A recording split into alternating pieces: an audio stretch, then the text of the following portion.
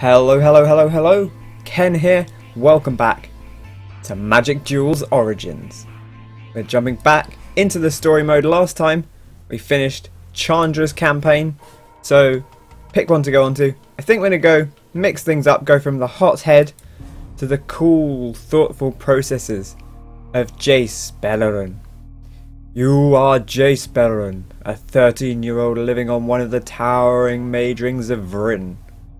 You are a natural at mind magic, able to hear the thoughts of those around you. It's difficult for you to connect with others, as you are painfully aware that they think you're a freak. I'm a freak. I'm a widow. You often seek the solitude afforded by the apex of the mage ring. It's the only place where the thoughts of others can't reach you and bombard your mind. Usually, it's quiet here. But not today. Uh-oh. Here's some trouble. These chaps and this lady here look like they want a bit of beef. Sort them out. These mage ring bullies, come on.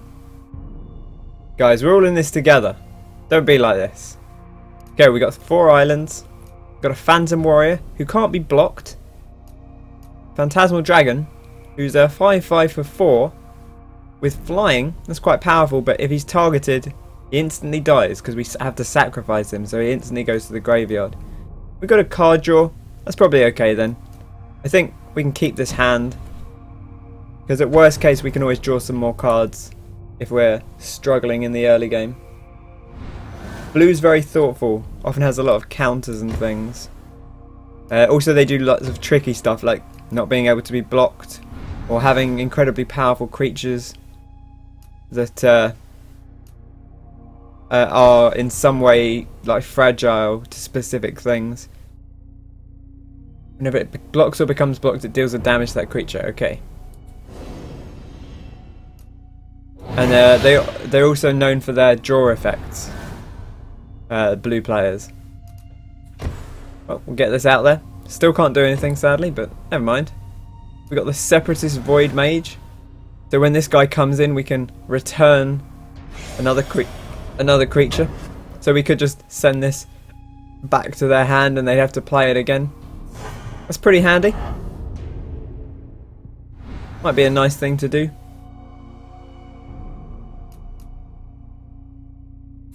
Alternatively, we could play this unblockable guy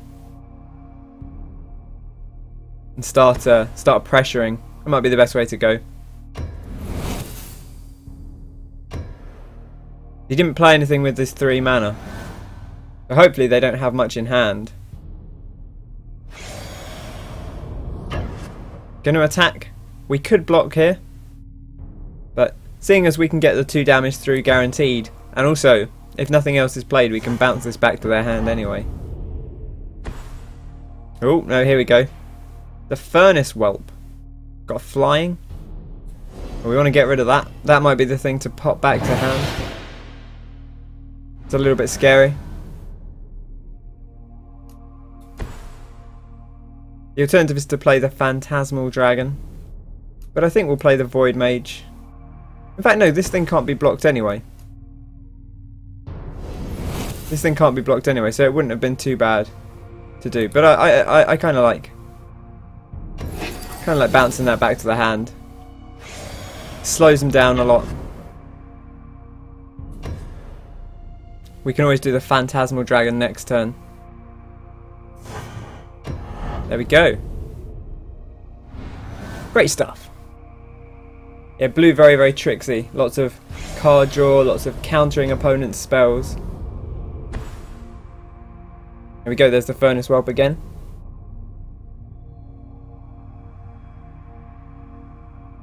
Here it comes. Oh, I've got to click continue, of course. Whoosh. See if it attacks this time. No attacks. Interesting. Well, let's pop this down. Do you want to play our Phantasmal Dragon? I guess we do. Boom. The big old 5/5, and we'll attack with our unblockable guy.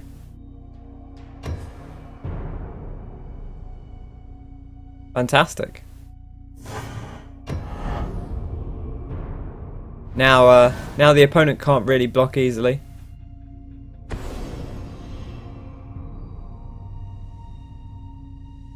Ooh, X damage to target creature or player.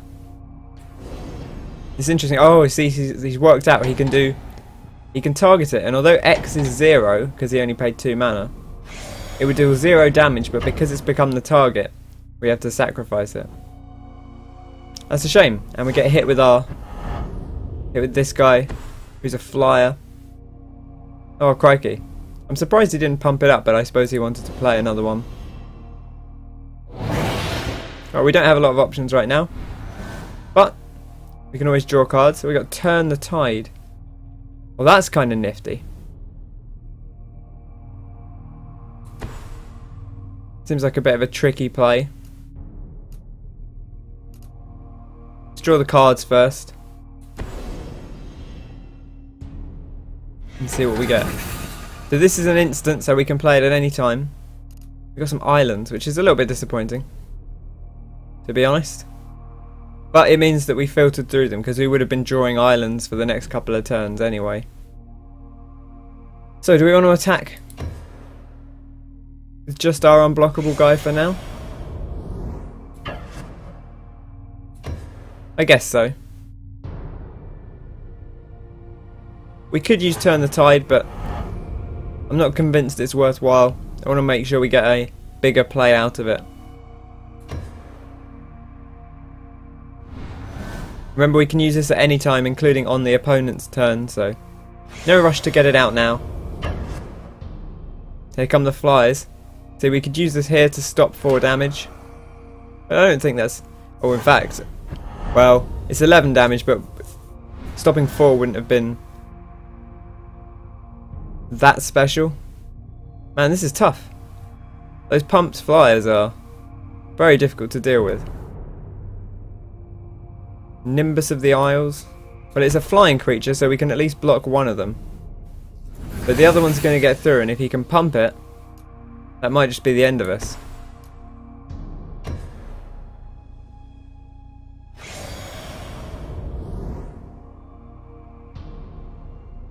I guess we might as well. Is there any reason not to attack with both? This guy will trade with this guy. But that's probably okay.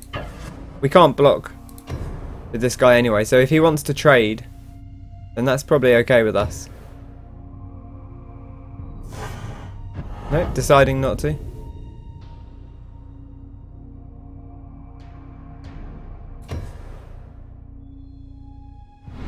Does leave us a little bit vulnerable here. But we've got the -2, -0. Oh, he's got haste. That's going to be the end of us. I don't think we can survive this many attacks.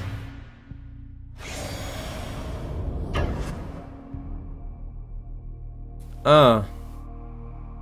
Oh, I've got to wait to... We have to block this big guy, I guess. Do we have to block this big guy? I mean, we do, because he'll kill us by himself. Even... We block the big guy. Confirm block. We play this. Turn the Tide. But he can still pump up this one guy. I wonder why he didn't. He spent his 2 mana on something. Oh, he spent it to pump it back up to 2, that's why. Of course. And now he's completely tapped out. But we can play the Azure Mage. We can use it to draw a card. Let's draw a card.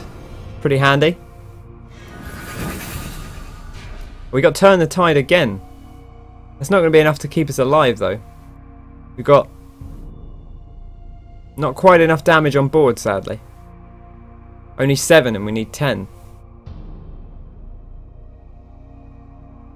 I guess we block with our Phantom Warrior, or we attack with our Phantom Warrior. If we can survive this next attack, then we could do it. But I don't think we'll be able to, because there's only one card in hand, and I don't think they'll make the mistake of leaving stuff that can't be pumped up.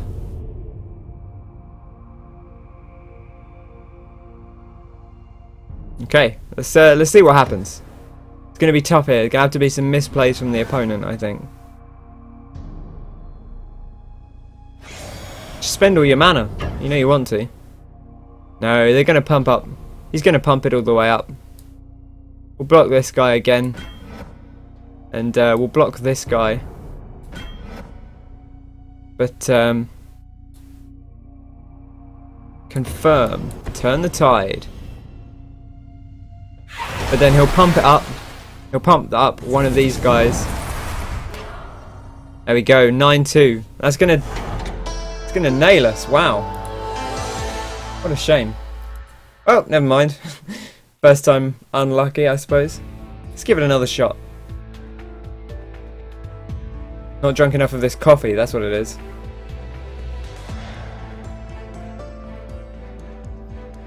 Takes a while to load when it's despite the fact we've just played this. Okay, let's hope for a better draw on our end. There's a lot of flying creatures out of the majoring bullies. Got lots of creatures. Got Nimbus of the Isles. This is quite a solid curve. We've got a 2. So we've got a 3, 2 4s, and a 5. See, this is a 3-3 flying for 5 compared to a 5-5 for 4. I don't think this is really particularly strong, but we could play it. To be honest, like, it's okay hand, but I might go for a new one. It's not really exciting enough. Here we go, Azure Mages. What we want. This card draw could win us the game. Boom. And the good thing is, because it's the creature doesn't tap to use it, you can, if you've got lots of mana, we can draw multiple times a turn. So it's a bit of a card draw engine, really. Okay, the opponent had nothing on turn 1, that's good. Good start. Play our Azure Mage. Won't be able to draw anything with it yet, but that's fine. Come on, don't play anything. Oh, not the Ashmouth Hound. It deals the damage when it blocks or becomes blocked, which means it would kill the creature, I think, before they dealt damage. So we won't be able to interact with this thing at all if we want our Azure Mage to live.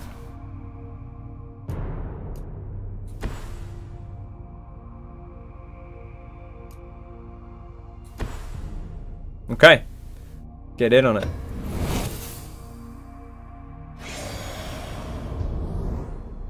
Hopefully he won't attack because he doesn't want to trade.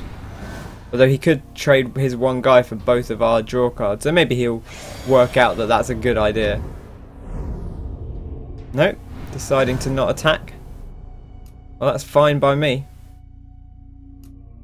We got the Blind Phantasm. It's a 2-3. Kind of nifty.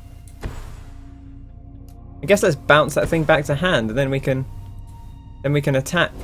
One of the other interesting things about Azure Mage is because it doesn't need to tap for the ability, we could theoretically draw cards after it had attacked and tapped. So, we got potential there. We won't be able to do it this turn because we haven't got the mana. We already used it on our Separatist Void Mage.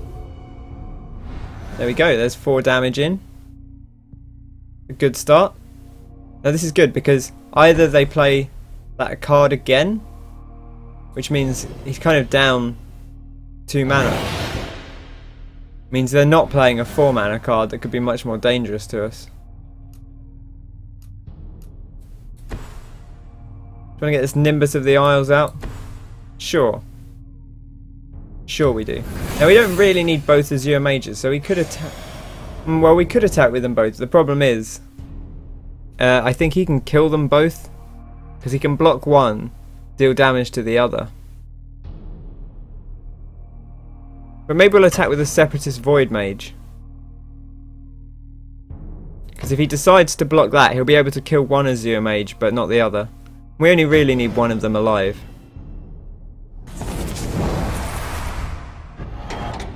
Okay, he didn't even deal damage to the Azure Mage. Wait, does it deal damage to specifically that creature? Oh, it's that creature, okay. So you can't deal it to a different creature, which is what I initially thought it was. Still, it would have killed our Azure Mage for free, so we didn't really want to attack with that. Good to get rid of him.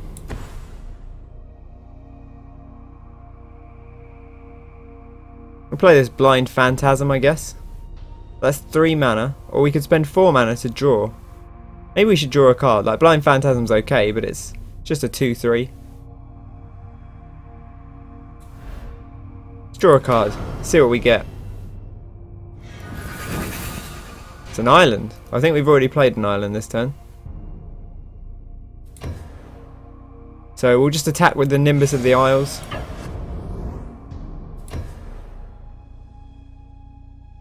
Kaboom. Lovely. And let's end our turn.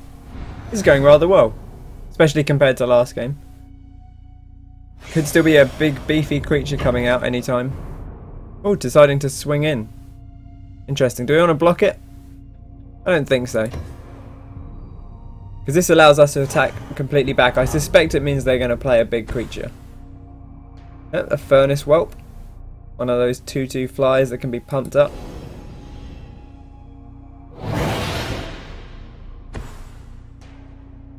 And the Ashmouth Hound. Okay, that's interesting. Because now he can't block with the Furnace Whelp and have it live. Another Nimbus of the Isles. Seems like a good card to play. It's dealt us well so far. Okay, and let's attack with the one we've got. Confirm. Don't really mind if he blocks it.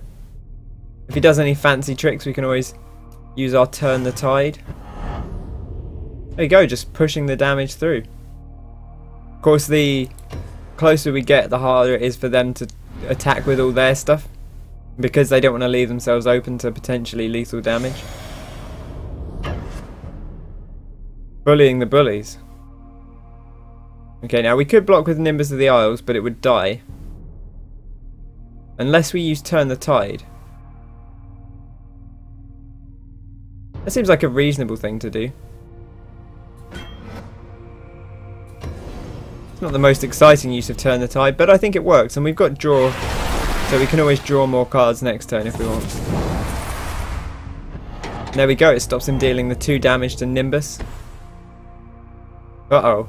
The Volcanic Dragon. Should have played that at the start of your turn, mate. Got haste. You could have attacked with it.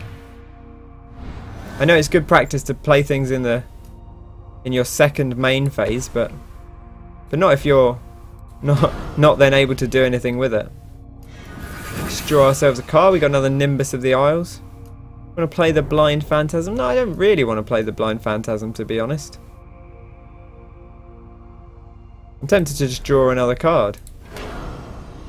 Be greedy. Now he does have 1 mana here. So the risk is if we attack, he can block with this, pump it up, and trade with our creature. And this guy, well, he's going to trade for free anyway. So I think we want to skip the attack this turn. Take things a bit slower. See, that 4/4 has made a bigger deal of things. Oh, just attacking with the 2/1. Now this time we don't have any fancy tricks, so I think we'll let it through. It won't be able to block us anyway, so. Uh-oh. Again, you could have attacked with that. You could have attacked with the 2/4/4s and there'd have been not so much we could do about it. Play another one of these guys. I kind of want to play a flyer. We've got 5 mana. 1, 2, 3, 4, 5, and then we've got another 4.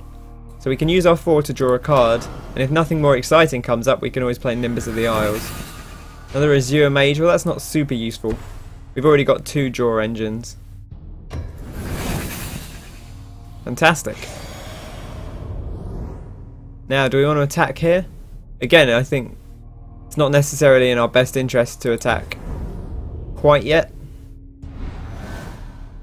I wonder if we've got any more exciting cards that will let us get the attacks off. Coming in with the 2-2 and the 2-1. Well, we need to block that 2-2. That's for sure. And it'll probably pump up and kill our thing, but at least we'll trade with it. We can't let it deal 1, 2, 3, 4, 5, 6, 7, 8, 9. That'd be 11 damage. I'm no fool.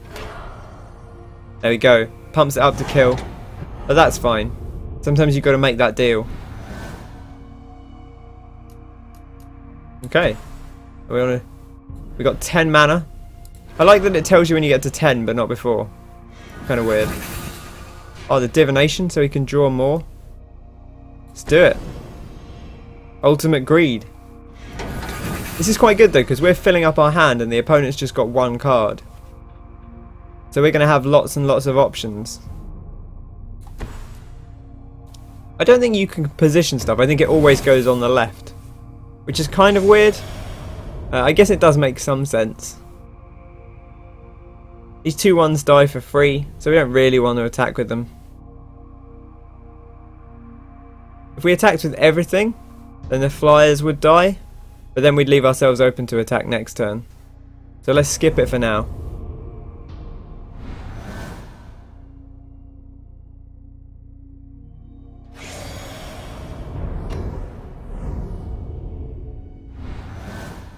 They're also not attacking.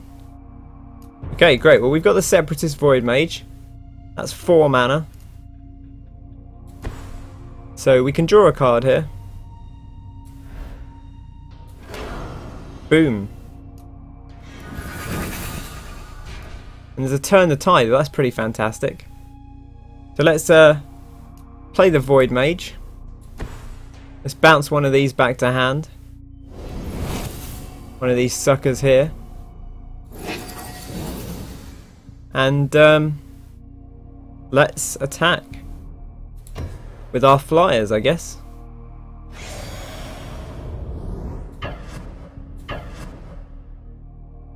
Do we want to send in the other stuff as well? I guess we could send in this. At worst it will trade with this thing, and it's not doing much else.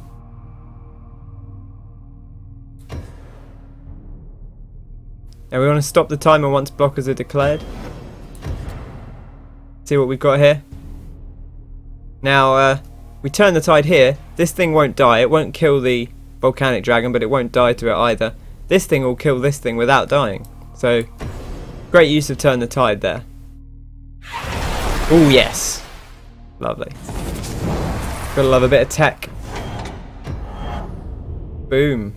Now we're in a really strong position. Obviously they're likely to play that volcanic dragon again this turn. But we're not too scared of them now, because they can't really afford to attack with them. They need them to block.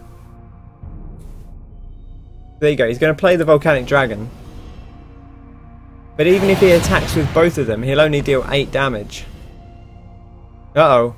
The Fist of Inferno. Inferno Fist gets +2/+0. And you can sacrifice it to damage a creature or player. It's still not attacking with it. Right, well, let's use Divination. It's a more effective draw engine than Azure Mage. Phantasmal Dragon could get fisted, but that's fine. We don't really mind that. Let's play it out there. Show it off as a threat.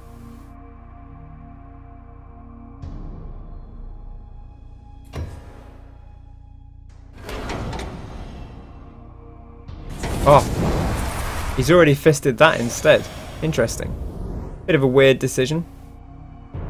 Could have used it on the dragon there. Perhaps a misplay. We've got 2 4/4s. Now they'll probably block the 2 3/3s, but we'd get 6 damage through. Our 3/3s would all die though. Maybe if we wait till next turn. Next turn might be the killer turn for us. So let's skip our attack this turn. We'll get another Phantasmal Dragon out. I don't think he's going to be able to handle it next turn. I think we should have the absolute beef. It's always worth remembering, you should never attack with everything, unless the opponent has a hand empty. If the opponent's hand's empty, you know there's no tricks up their sleeve. You know you can get away with it. We know we can win this. We'll draw a card. Maybe we'll get some sweet tech. Well, that is some sweet tech. Let's use our sweet tech. Why not? Just BM him. We've already won this game. Fantastic. Let's draw another card. Because I love cards. Again, remember, if you try and draw a card when you're empty in Magic, you're instantly dead. So you don't want to do that. Okay. No tech he can do here. So we can attack with everything.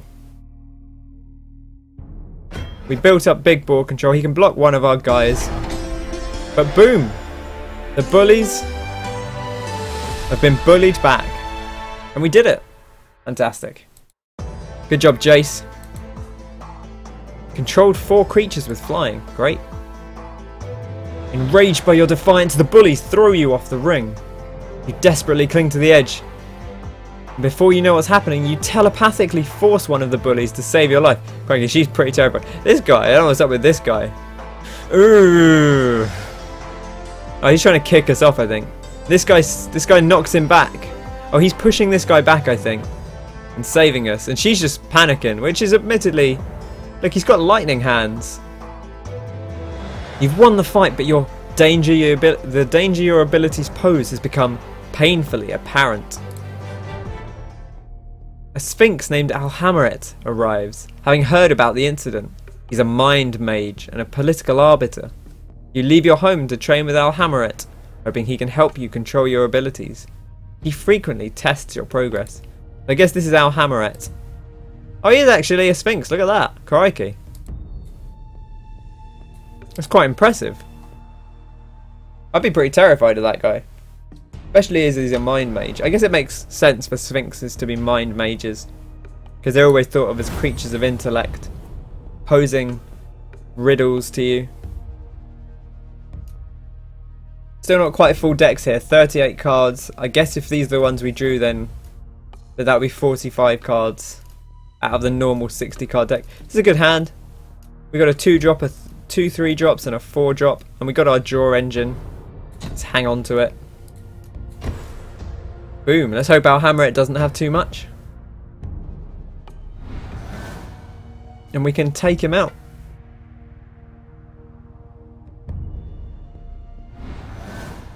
Well, promising start. Nothing on turn 1.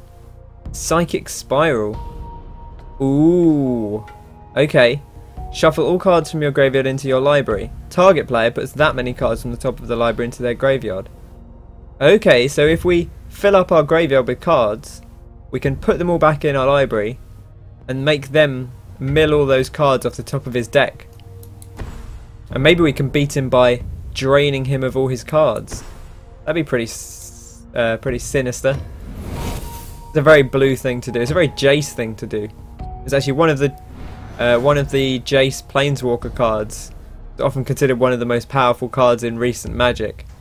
It's kind of its final ability put the basically the entirety of the opponent's deck into their graveyard, or exiled it from the game, or in some way removed it so that they had no cards left. We got a 0/5 here. 0/5 defender. So this can't attack, but we're not going to be able to get through it with our Azure Mage. So we'll have to outnumber them with creatures so that they can't block everything.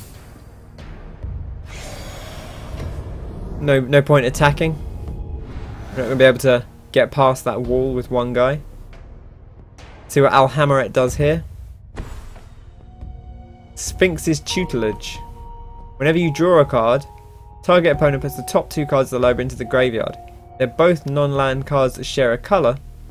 Repeat this process, and you can draw and discard a card. Okay, interesting. So so this guy's going to mill our cards into our library. Mill is kind of the general term for forcing the opponent to dump a load of cards into the library, usually off the top of the deck. But that's good, because we've got this Psychic Spiral. So we should actually be in fairly good shape here. Because we can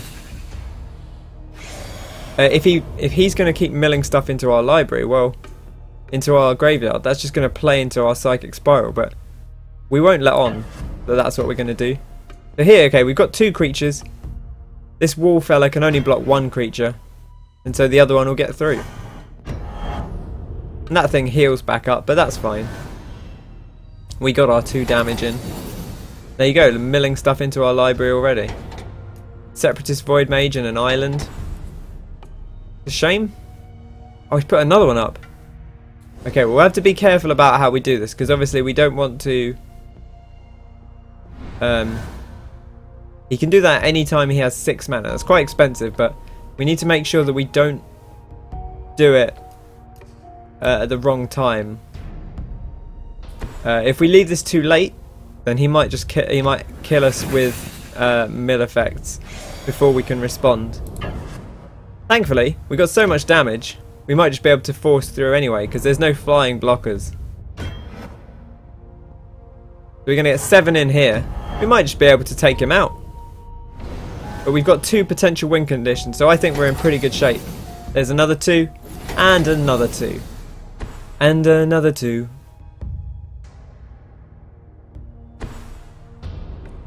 Oh, here we go. The Bell Tower Sphinx. Whenever a source deals damage, it puts that many cards into the graveyard. Okay, so if we hit it with our 5/5,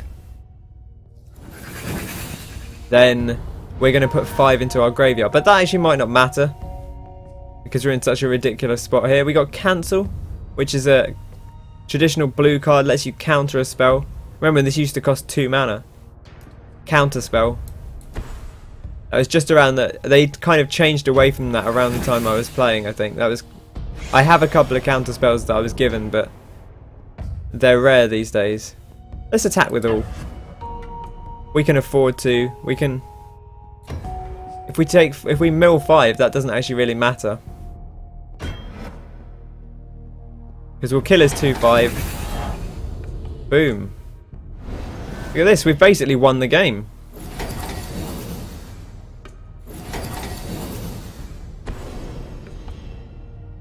Inspiration. Target player draws 2 cards. I presume he'll use it on himself. That's interesting. That's an interesting tech, because you can force the opponent to draw cards if you want.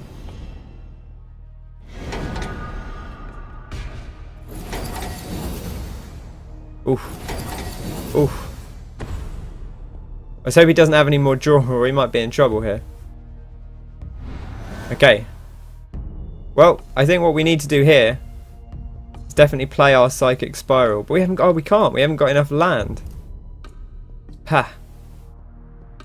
Well, hopefully it won't matter, because we've got enough creatures that we should be able to kill him. Oh, here we go. Here's a counter spell. Counter target spell unless its controller pays X. Alright, it looks like he's paid 2 for X, which is more than we've got. Oh, he's just paid 1. Well, let's pay 1. Oh, I guess he used his remaining mana for that.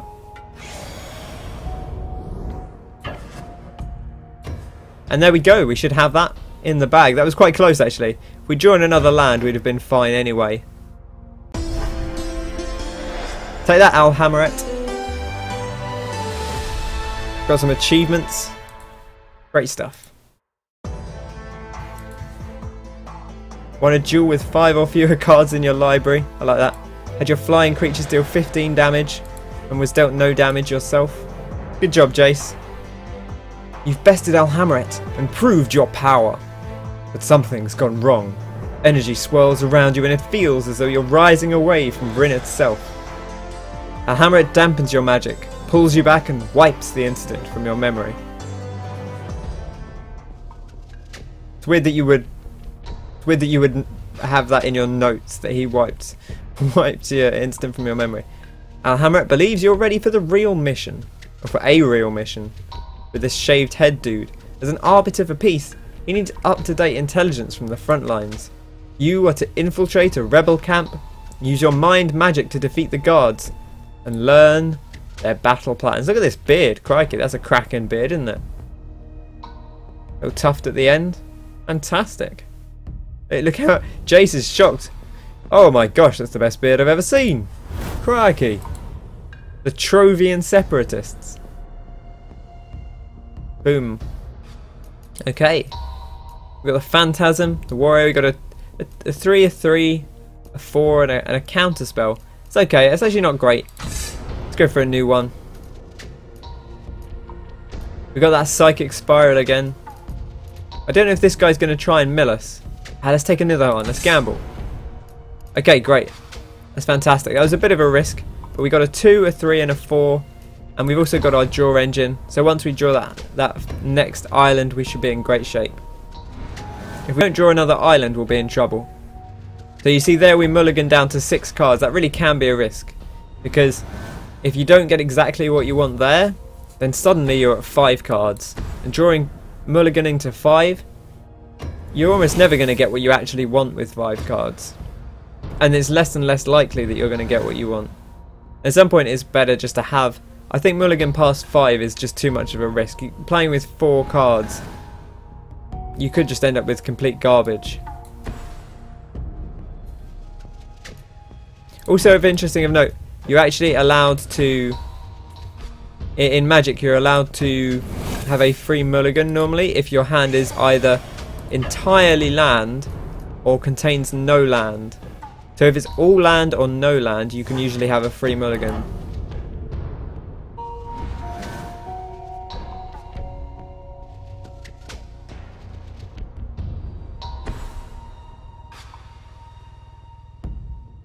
Ooh, a 3/2 zombie. Okay, these guys are black. I guess they're the bad guys, the sinister Trovian Separatists. Well, our guys trade with 3/2s. I don't really want to trade our Azure Mage though. Kind of beefy. Let's get this big flyer out. We can attack with our Phantom Warrior. I think the Azure Mage is too valuable. I didn't play the Void Mage because I don't think we necessarily need to bounce this guy back to hand. There might be something more threatening coming. We can always bounce it next turn if we have the opportunity. We want to squeeze in a ton of damage. Not going to attack. Too scared. Enchanted creature gets -1/-1 for each swamp you control. Well, I guess this is going on the dragon. But who knows? Yeah, it is. Bit sad, really.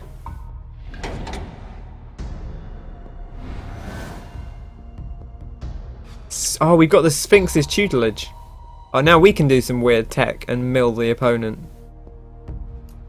Don't really want to do it at the moment though. I don't think we're not really drawing enough. The problem is black is notorious for being able to pull stuff out of their graveyard and interact with their graveyard. So it's not necessarily the best idea to put all their stuff in the graveyard. Oftentimes that can actually cause you problems. There's some black decks that at the start of the game immediately dump a load of stuff either out their hand or they mill a load of stuff out the top of their deck, fill up their graveyard with 5 or 10 cards, and then they can start pulling things cheaply out of the graveyard. It's very sneaky. Okay.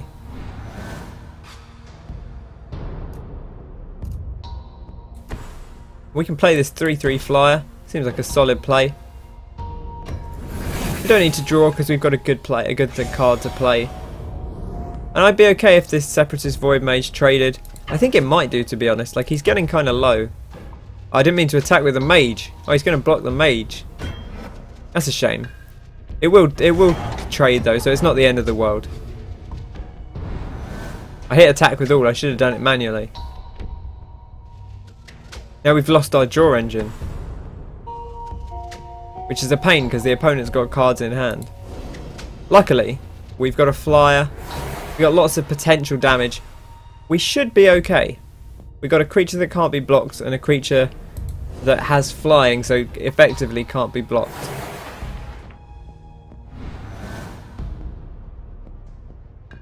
We can play a Sphinx's tutelage, why not? This does also let us draw cards, albeit in a slightly less effective manner. We'll attack with our flyer, we'll attack with our unblockable creature. That pushes 5 damage through, so unless they have a response next turn, they're just going to die. Black does have a lot of removal spells, But will they have enough to take out our flyer? Target player discards 2 cards. Well, we haven't got 2 cards. Sorry, chum.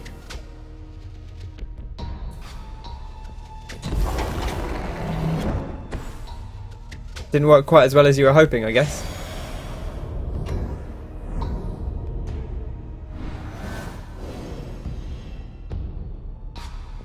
Got the Sphinx's tutor. Oh, we have to choose who we do it to.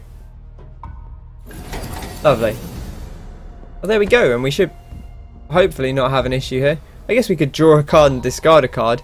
It's not actually gonna do anything, because you see we draw the card and then we have to immediately discard it because we have no others in hand. But we do get to Sphinx's tutelage this guy. Put another couple of cards in the graveyard. And we'll fly in, swoop in through the door with our Phantom Warrior and our Master of the Isles or whatever it's called. Good job, Jace. Nailed it. It's been pretty effective so far. We've had pretty good draws. The rebels are scrappy fighters, but they're no match for you. You best their defences, pull the location from a planned attack from their tactician's mind, and return to report your findings to Al Hammaret. Okay, knowing one side's plans isn't enough. Al Hammaret needs intel from both sides for a successful arbitration. Remember, he's like a judge and an arbiter. So you're off again. You run into more troops than you were expecting. Someone important must be visiting the camp, which raises the challenge and the potential reward. Well, this sounds pretty exciting, but we'll get onto it in the next episode. So thanks very much for watching. I hope you've enjoyed this. If you have, be sure to bop that like button, subscribe to the channel for more Magic Duels, plenty of other gameplay as well, of course, and we'll resume our journey with Jace on the next episode. So thanks very much for watching. I've been Ken. I hope you have a fantastic day, and I'll catch you next time. Cheers!